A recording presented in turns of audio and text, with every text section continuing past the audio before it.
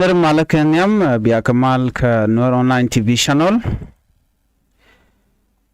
En wale shang ka welkel ka pai welkel ron kina dangro widi jan dangro widi jok. Bana jadil ngaja guan go. To konkalere very important to do konkaling kajan shang an wala nama. Go jano de roi kiye ka menan shoralat guasame. Bana tindiala kontin lari kietin tuo kare duaran kone shalkel nuari bana ke linkel to kon ke important update to bana link bana right na a general update bantongon bana kalaten kenyam look Dr. Machar dongde kon guitin look Dr. Machar look Asia look pan kan kon full update make sure la ne kan kon lingogwa boraitin ka janlarame bana rach ka kuire nyala dana shibok re nyal dana ngai kona re nyal SSP dia penchibok dar shalke uror ka pire gwade je korche tokten bana mandanen dak kuumɛ SPLIO kene kuumɛ SPLIO kid gwang fraction la kuumɛ Dr. Machar kene kuumɛ Simon gadwe dual bana jeling man me jitok kore jitok pandio je kon dial chan tike ngin mi chikon te ngin mi diten batte ke tung wante tike ngak nom ne te kan ngaja gwa ta dana chikor chetok je kiemen shoda lat ko te ke tung wan ti charen lat go liang ne tung wan dong chicken tike confusion atot ano chargeling o chire nyal che bok kana ten kontin nyen ke kumandangro ti shite kamat amina kuma kelche te kamat ke kum kirmi yadit kum do diena meche te kamat ke kum kirmi yadit dindo shi kormo che to kala do kam SPLIO kana kid gwang faction ka chi jikid gwang larga jeno ken chicken mat ke kum kirmi yadit bitenya wona na kaja larba na utin ngumi bogre ni alkaja ni ci SPLIO kid gwang faction chicken mat ke kuma kirmi yadit ngum ko kirmi yadit involved bana jelinka janna special report men bu kona linga ko bana teka ngech kam ten konta lat kororian ko gor kono banti dial bana kalinga gwa lernya men bana nyagwa same bana rach ke kui Dr. Machar luge sha look mo lugan wel badagden reru luka ma wel badagden mo cha te katung wante sha latin te bana rodan palpin ko de konkeling report and cha no can kim and show the lat and then bu kontek ngaitin cause a very important job ka tin kon lat karodian re loge sha lugwa same mi bana linga look en cha look ka kui Dr. Machar kene dambaro kon en cha ka yin kel gwa same cha jojo gwan wone ne Ramadan en la judge ke Ramadan en man luke chi ka jojo kan lat gwa same she can first by President Dr. Riek Machar cha luk de cha je to ka ken ko do badan gui ken jen wo dong de kan luk mo de kan lat ke je are lo ko mo ki ri ka medan chi to ka nasir chi ma ngai kona luk chi to ka nasir re ge chi to ka nasir kam je ni nuari la nuar wayam mi ken de ni SSPDF so are ko dan chi to gwas me ka mabukon ko linga me chi lya che to tin cha na cha na tin de ni shi ka liu ka chinwar ba shi ka liu tene ko la civilian na ka mena gat kuma kirm yadit na ka helicopter use incendiary weapon la kem ko le dane cha na boko ja ka kore shi kon ngach chi kirm yadit che gujeno chi Dr. Machar che dwer che jala de ko chi ne tala nuare re wi shi ni mi chi nyen ka SSPDF chi kan Dr. Machar chi kan cha ka mutual ke treason treason rami mo michi kume shelok charodo mo kamda dian loko kume lo gor jandere kum dere jadak nyok cha Dr. cha cha commercial ke terrorism lorami momi nyenyi ke kuumɛ kie nagana cha Dr. cha ka nyok mi kwa ka cha ke murder ichigna tiken ke luch kano chicken kuumɛ chikana de dun ke chicken kuumɛ chikana de dak jen dob dan en men latken no mokeje kare ler kan men cha kula lat me biya kula linga very important right Shikir Mayadit, Kadobe Danesha Nasser Garrison allow we are do me charge a neck, may charge a duck, catch general major duck charge a nectin. Can run UN, Guade Chireke Tokten, Kachanga Dokapai, Doronkin Daro and Dangro the ditch. Was a mekajan coordinating, can run in an core to one children lat, kuna focus Kurkel, come qua Rukos Quajalat Kenya, Manakona, Gian, Benawunaka made an issue talk. Guade dan e troke jaden mena kulaben en lugacha lugwas me lugan well bangwandien re loka jen jelat chaje luk la lugan well bangwandien jeme sala la jaramadan en la gwanlok re loka dan sha luk si prosecution team jikan query national ke advocate ajo chicken nyok muku kan nyok gwech ala examine investigator tired an h right keje tired an Dr. Charge je gwan keje kan to ko keni kan liti keje no kan tini ati gwasme wa chicken we kame dan h ro da la te chalat no an gwa dan do ko luktin chine dia chik bet ko gor jeno ba question en kon to ba kaling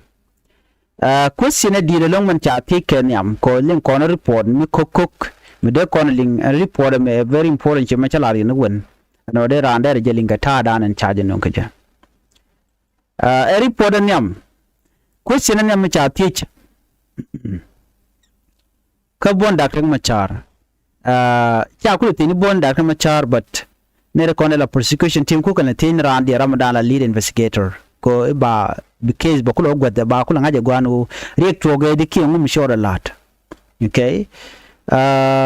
shine lead investigator charge teach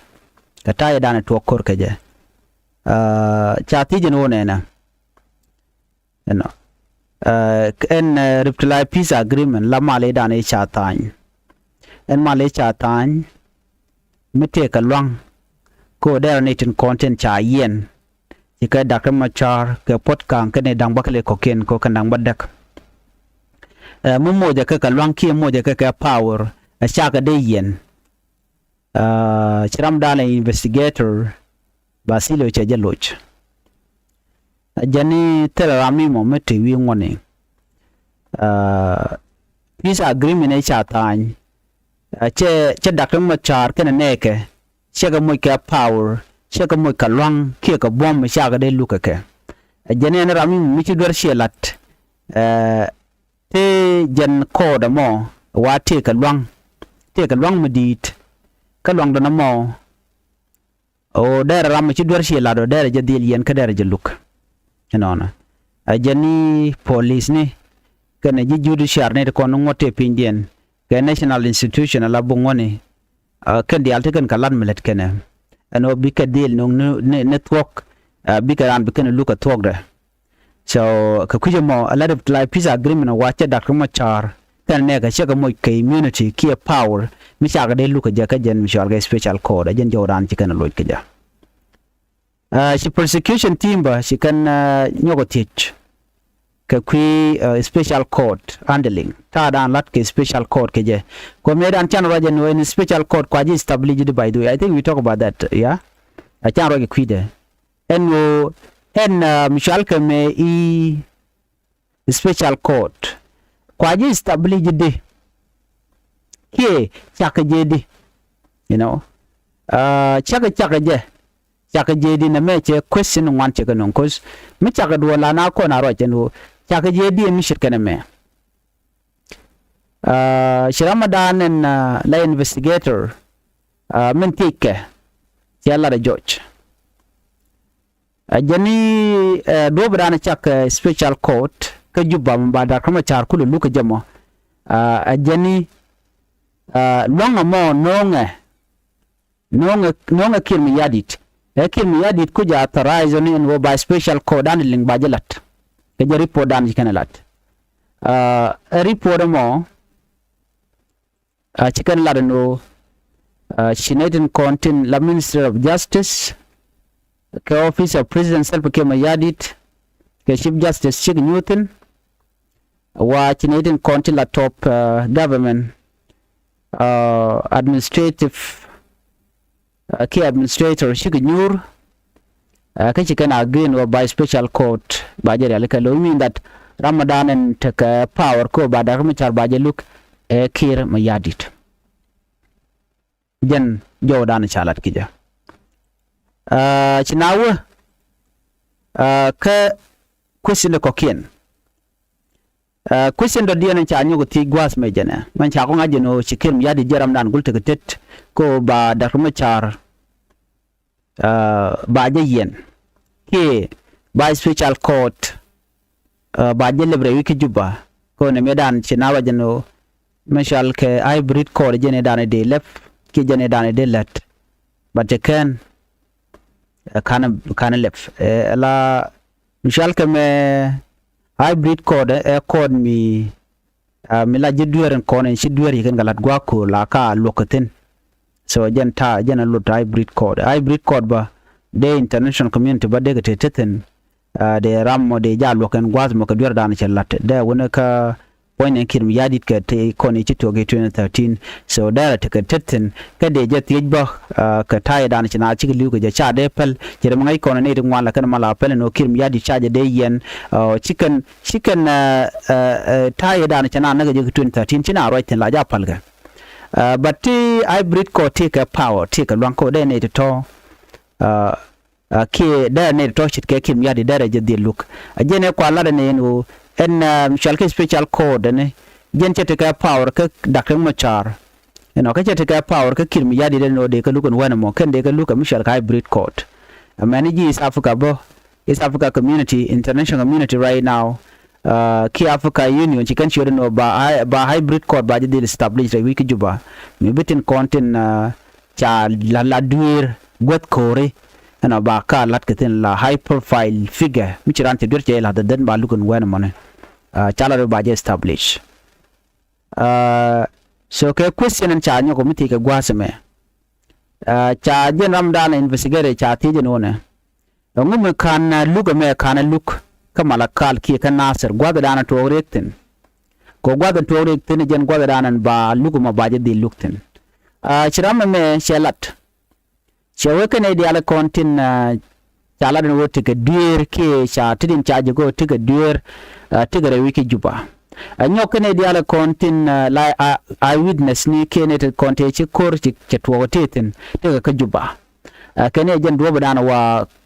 hearing waje lat ke jene ka juba ka jowda kan lat gwaseme kene chaje de lat ka nasir ki ka malakal ko nasir kene chaje control kuumɛ spela yu kelu so ku jamo no need more dong de look re which do me cha investigator mo chaje ti kamisha look chaje lugo re duare shal kamo nasir ki malakal ko ma no gwada anan kware kwaje latin yen gwada anan de court de jandol ten ki de look ten kane nasir chaje capture kuumɛ spela yu kan Nuer waya me ka kujamo chicken cha look chaje de look ten jen manang ke look ka juba ka jamo shi nasir kana malakal gwasa me ba china nyo murai na ka kwi man chal ke forensic investigation la forensic ga kwak dakre ma chate konte shanang ka te anang ka South Africa ngai kone ja computer ka cha kanang chari kon ngwan cha kanang te wa gwi ka South Africa mishalat ke report men wone ne kan kwak te konte shanang la kwak dakre ma chate wa gwi te kwala chole forensic ne kana wa cha ko gwi South Africa High Court chicken ko which nyoken lead investigator chala de wote ten gwada na kwa ngwana kwa ka nent kwa ka delegaten no ke kwa ka gwitin ngo ngumisha lat adakran machar ka document en konte ke ne telephone ko ne akap ka gadi ano bete ka tungwana ba kamraten shi janwudo mo jenitetin kan South Sudan ambassador mentere which ke Pretoria ka South Africa ajan lat kede diala tetene nyok yela do na ko ba kula ngaji no en man chawlat ka South Africa no authentic ke mi chala la tok ken Ramadan en la foreign ki Ramadan la ran South Africa mo ken bigan no ngre wiki juba ba bro nyam na dan no tin cha jiga ka tok ran South Africa chi ran South Sudanese so goini no mo mi chalat ken foreign affair bikaben ba Ramadan en la digital forensic expert mo ben testify nyam na ka court ke special court ka do badana be nyu ge no tin content chawe ki forensic chawe no we ka South Africa wa de sha document da kama char no cha nang a chenga no te ga warga mi cha gor ke kwide no nang ka South Africa ba ko gwich kana konlat jene ku ne de kola difano yer ku kana te no ka relationship dung South Sudan kan South Africa amendian no more try to condemn again but judge Jimmy Salala aten mi kana laten chala ne je let the court proceed so right now kari pore me cha no cha tije non wa bi Ramadan shi expert digital forensic expert mo baraka ka court but kan cheng na kana lat la investigator chiga jawre ni kana nyolat gwasa me tege ne di kan ka gwany ka Nuer wayami mlat kano ikane kulna torgile warana SPLI officer torgile ramimo misu yede che jen ke shanak me ku jallo ay kula no ngabna kor ke jemedan chala do torgile ka kode no ka changa doka pay dok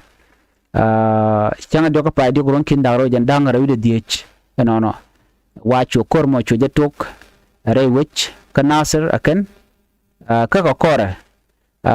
show command jo anyo ko mitu boje chwa kam kang makane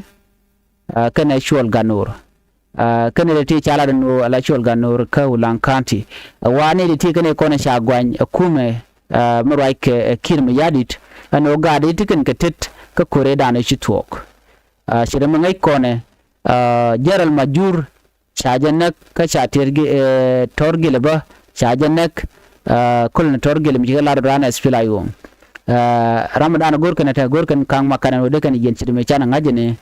kum kim yadi de bejen ka ku kore da ne chitwok na me michi kanere kone kan kala no etni de lat ke te cha kor cha je tok ka ripodan jikana lat ka court one of the biggest question micha nyoko milat ka gwase me ke micha reveal anu chala do Dr. Machar jene te ka warga micha gor non michal ke prosecution document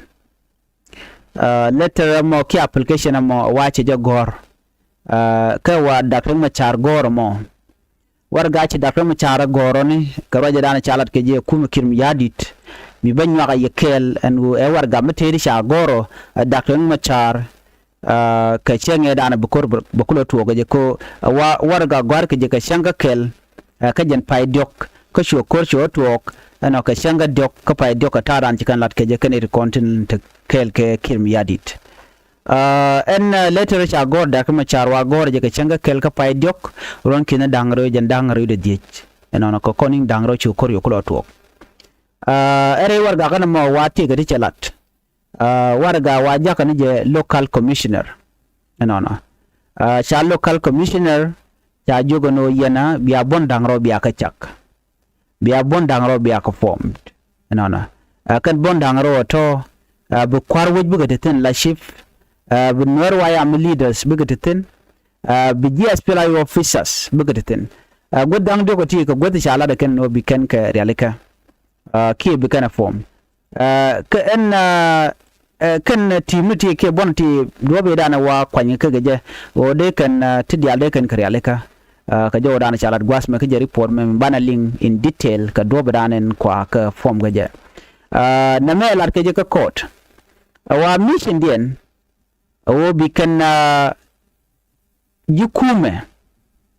te ci ga ka yara diu no bi kan ka kamra re torbele ko yara diu garrison no ko de jeral majuda ge ci yede kule jien de jo kamra re torbiel ka de jo nang re ku juba chede me ngai kon dia report ne me chanong wan wen mom kane dang doctor ti ka gon manda na cha da kuma char cha gon ke je ken ship kan Nuer wayam leader ka SPLA officer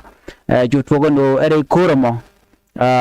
Michigan ono de kana de kan rar wachi kuri chutwok ka gon man cha da kuma cha kula gon ke je wachi bonde ke en bonda danan cha go min cha form meticulity letter ku kona linga wa ke ni shiko involve ere koromo shikaro ni mat kur ka do bana cha rat ke je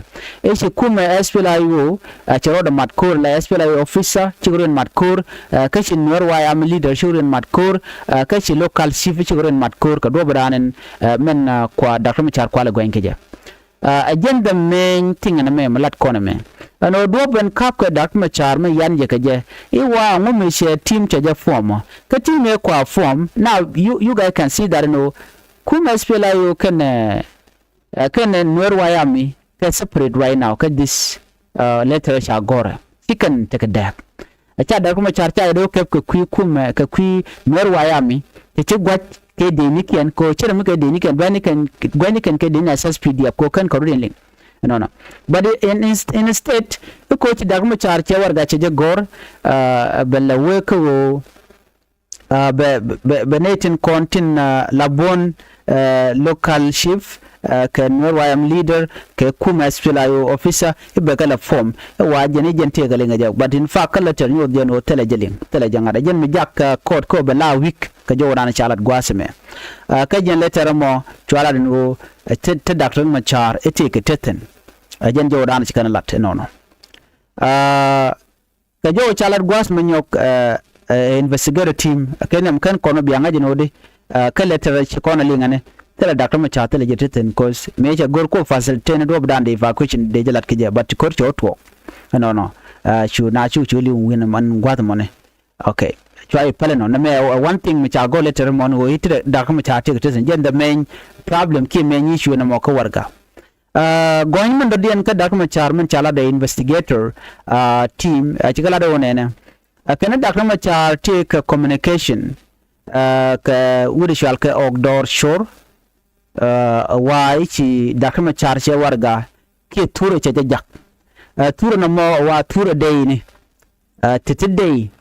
ticket la day de cha tur ka jan tur na mo wa cha circulate ka WhatsApp la jaka I don't know when sensitive information like that and they just circulate kan ideal kami michi kana mo dung de ni ki dung mai I don't think no dare to go baje la social media baje nen especially ka WhatsApp but chala da kana no cha circulate ka WhatsApp and tur na money na me go ni kan macha da kuma charcha go jen o jen iche ne de ti isha go mo ka match you know ishi ga match ka ite ka match cha ti cha kam ogdor chur jo ka jo dan chala de gwane mene chala no WhatsApp group jatin take we point cha kok doctor machar te cha cheer ke WhatsApp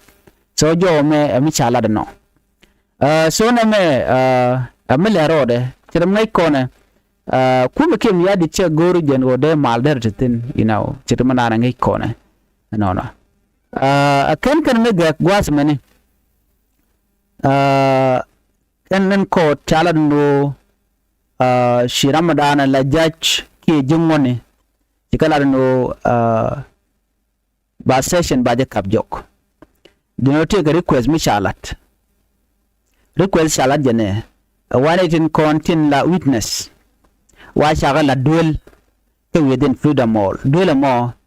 duel chere mi chadin ko cha bugoro ba tur ba janen ko ngi kon where content could testify actually I can tell you and on it in contain could testify against the machar kan wari shika jor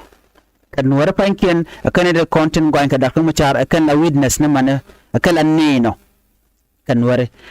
cha ko drum cha de mu ka duel mo bram be yaro ajarede a cha jibenen alo bi ben shawid mo ka dor baji la reide burach bi re machar bi jogwain kan pot kan kan diala to bi chak de men ladi bi lat so na me emi chalarantama cha point the freedom all gwadan lat ka luktin cha moy ka duel metot cha dul mo cha jalat ko ba ne de total witness ni nuari tin go in nuari ke chak ba ga wi tiketin chala da kan no gor je ne de konin tike de ka gang de ime je de gang de turi de gang ko sha ka benen chala do cha jen lugo me cha ja kap ka shanka wero ka pai welkel won kin dang rawi jan dang rawi de dich cha jo mo cha ja kwen cha ja yot jok so ne me amle rode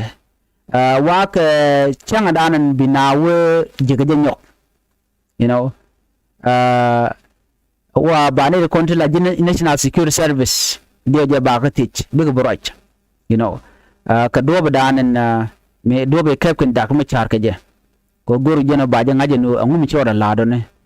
ko te ka kwak te jen ka a lot of thing te chala te chori an lot so an report mo bana jeling eno ka jen lera dan en biben gwaza me kwana jen okay before that okay just let me not go kim yadi te cha kwere cha kwanya ne cha jago kwere pa kwa nga joga shanga la ran minister of petroleum cha nyok mu yoro jara me cha wutin ka kor joga cha jago very laughable by the way rami mo ni pa kwa nga be cho watch another report but chana right ka main report gwatama report me mbana linga ata kwi kore da ne chitwok kore chitwok ko uror kanti kore chitwo ka pere kam kuumɛ SPLIO kene kuumɛ SPLIO kitgwang faction but take mbana kulere gwaza me very important mede kon diala ling ngo ane shaka mix shaka liam larka jeno kuumɛ dakama char nyenyo kene kuumɛ Simon Gadwijol agenda ana ling kene dia right now ka online but take a mission yot gwada me tay shalat panano kane de gulnye shi kuumɛ SPLIO kene kuumɛ dak kene kuumɛ Simon Gadwijol dorte togano kuumɛ Simon Gadwijol shi jen nyenye kene kuumɛ dakama char kodi kami shi jen waken chiwren mat kene kuumɛ SSPDF men kwalat gwas ma jenena kwajer la confirm ka kor ke me shire nyal shabok re nyal shabok re nyal mo shabok uror gwada da antin menti civilian tiketin ke tiji we tiketin ta gatin ta dong tiketin the same way e chatwoga je ka nasir mi Simon Gadwijol bonde jen nyenyo kana kuumɛ dakama char de ko laro nene Simon Gadwijol bonde la SPLIO kitgwang faction tele ka mar ke kuumɛ adun ke mi yadit aduna mi chire nyal cheben ababen bok we mean that new the gen take some element ka kuumɛ SPLIG ti charen mat kel ke SPLIO kitgwang faction maja kon kodi ke ko kon convince no kore talk chata kam Simon Gadwijol kene Dr. Machar name kor SPLIO kene bon SSPDF ene mishi ngade involve michi kor SSPDF che involve mean that SSPDF taken ketet ala kum kirmi yadit but ta en cha kulat gwas mi banyo ka yakele etta edane cha kola ne wal eno doro shal kamo uror kia wokel keria lo Nuer community kelu right now right corner take information to bere ki lere ki tani to nyodo jen gorga jen o baje dak ki baje dak gwabe dan chinaro tin china kai nyal wa ngumi mona ko lo Nuer timbe dago men yam jenene lo Nuer areas kan ke men bokarenyal kana mtwok again lo Nuer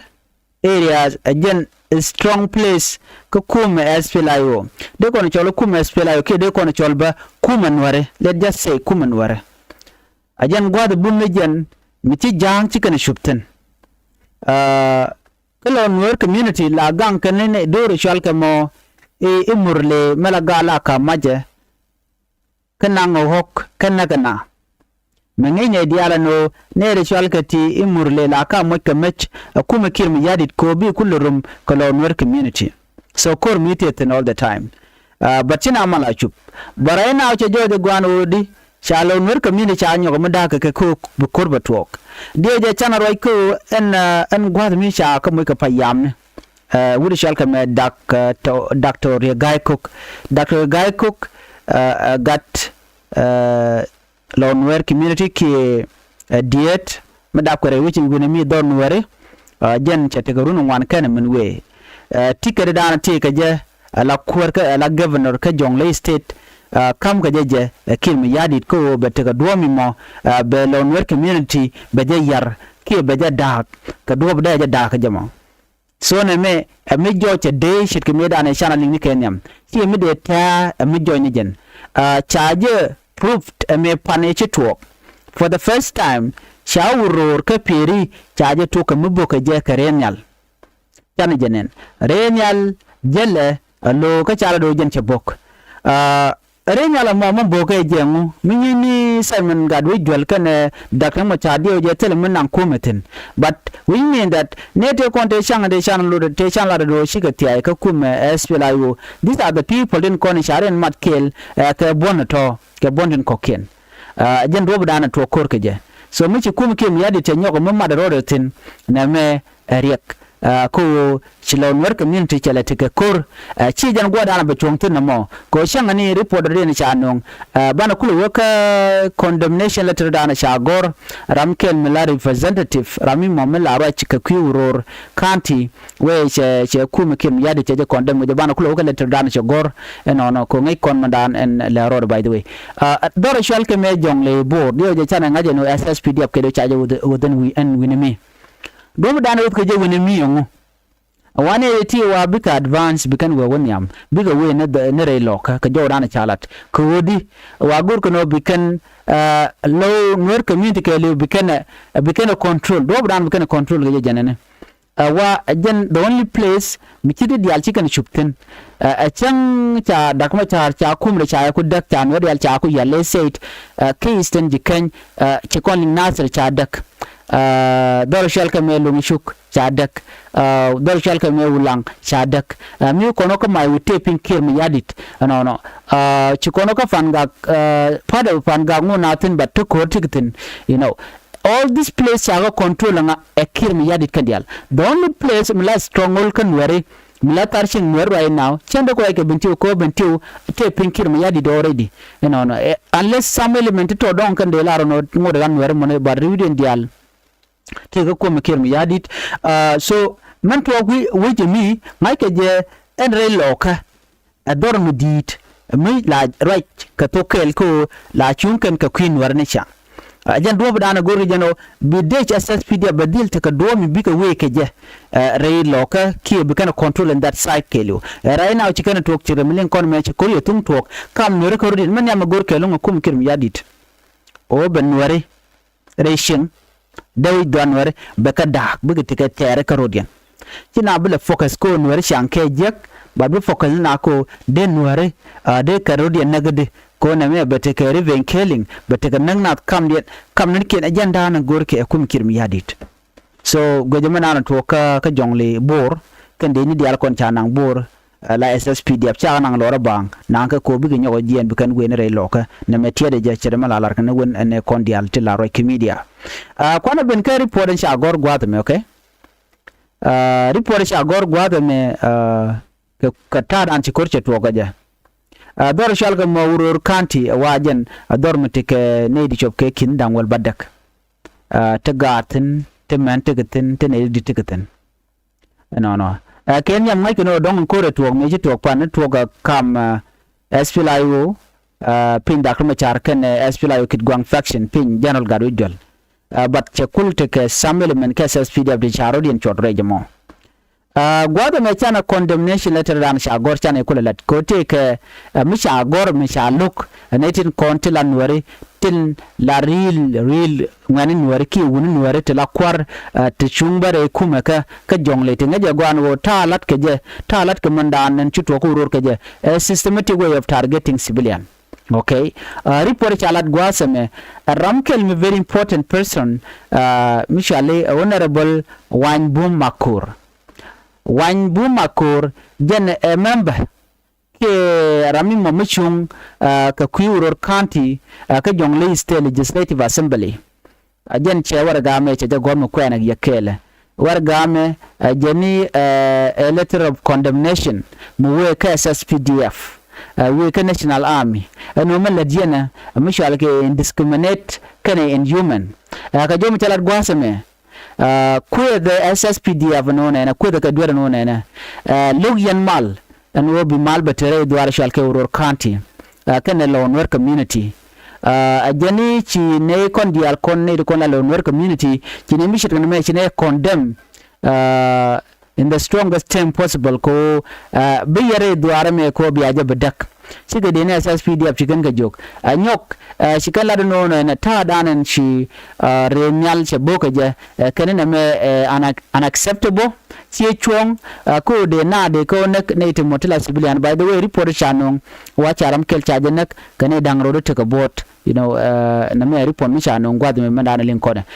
but ya ku mukin yadi chaje ko jor gatin jeg de alan konti lada rama meche jo meche jitup te jo meche kulat gwasame mela suggestion kaja and honorable Wanbum chala do wonena kuumɛ spela yo men pin dakmachar de ka we dora shal ka motot miche jo gwano ne ko nyin kuumɛ spela yo kana kuumɛ Simon gadu jole kana ko nyin jana de ka jen jana de spela yo de ko motot de ke gwang force de ke jen de ko yuai ajen jo dana chala ke je ko tele korm de let fok ban ngai ko na gwan wona me che de to kodi en kin mi yadin man goro ngoro je no bedang ni fon Nuer karodien ajen dana gore bad dil dang ni Nuer karodien che goro te mu go ambro de lat so ajen dan en le rode ne me re wechen winami ka bu kon dial tiga ngai bano kore me toga je toko ko binwari biga tel linkarodien biga te daglani barodien nak. That is what is happening right now. So report me a report down gorno de nyaka yekel che de mangai kona lungo no ti dial kon lat karodien shikatogo kati bay bayre dwaran ko ba Nuer ba ko kot karodien Nuer du mijey karodien bikan karodien kebla kel ta kon de nyona jor bari Nuer ken nyon ko karodien one kana karodien one bana je ka ler ko kenden kontin be mi ejira ambe jidit gwasme ka Nuer Online TV channel anda manduni shan ko nyak gorjan wodi yen channel de support ko bitin diala kon la gwad bukan chwa mala shup en ban yo je ka another report ko te kon ga report na te bombom te be en biya te gamal